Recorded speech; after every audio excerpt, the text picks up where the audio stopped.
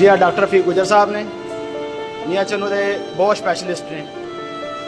मेरा नाम मोहम्मद इजाज़ गनी है। मैं अपनी बेगम को चेक करवाने वास्ते इतने आया। सारे मेडिकल रिपोर्ट टेस्ट करवाए ने। डॉक्टर साहब ने मेरी बेगम की जबान ला के चेक की है। मैं साਰਿਆਂ ਨੂੰ ਇਹ ਪੁੱਛਣਾ ਚਾਹੁੰਦਾ ਵਾ, डॉक्टर साहब मेरे सामने खलोते आ कि डॉक्टर साहब ਮੈਨੂੰ दसो कि ਕਿਹੜਾ ਟੈਸਟ ਆ ਕਿਹੜਾ ਜ਼ਬਾਨ ਨੂੰ ਲਾ ਕੇ ਚੈੱਕ ਕਰੀਦਾ। ਸਰ ਤੁਸੀਂ ਮੈਨੂੰ ਦੱਸੋ ਇਹਦਾ ਟੈਸਟ ਦਾ ਮਤਲਬ ਦੱਸੋ ਕੀ ਆ। डॉक्टर साहब तुम मेरे बाप जाओ, मैं कह रहा मैंने टेस्ट का मतलब दसो। जा करो अपनी करो बेगम बुलाओ, जा करो अपनी धी बुलाओ। मैं जबान लै बगैर नहीं जाना, अपना रौला पै जा मैनू मार के भेज दो कि मैं तुहाडा इलाज कर लैना। जी हाँ, डॉक्टर रफीक गुजर साहब ने मियाँ चन्नू के बहुत स्पैशलिस्ट ने। मेरा नाम मोहम्मद इजाज़ गनी है।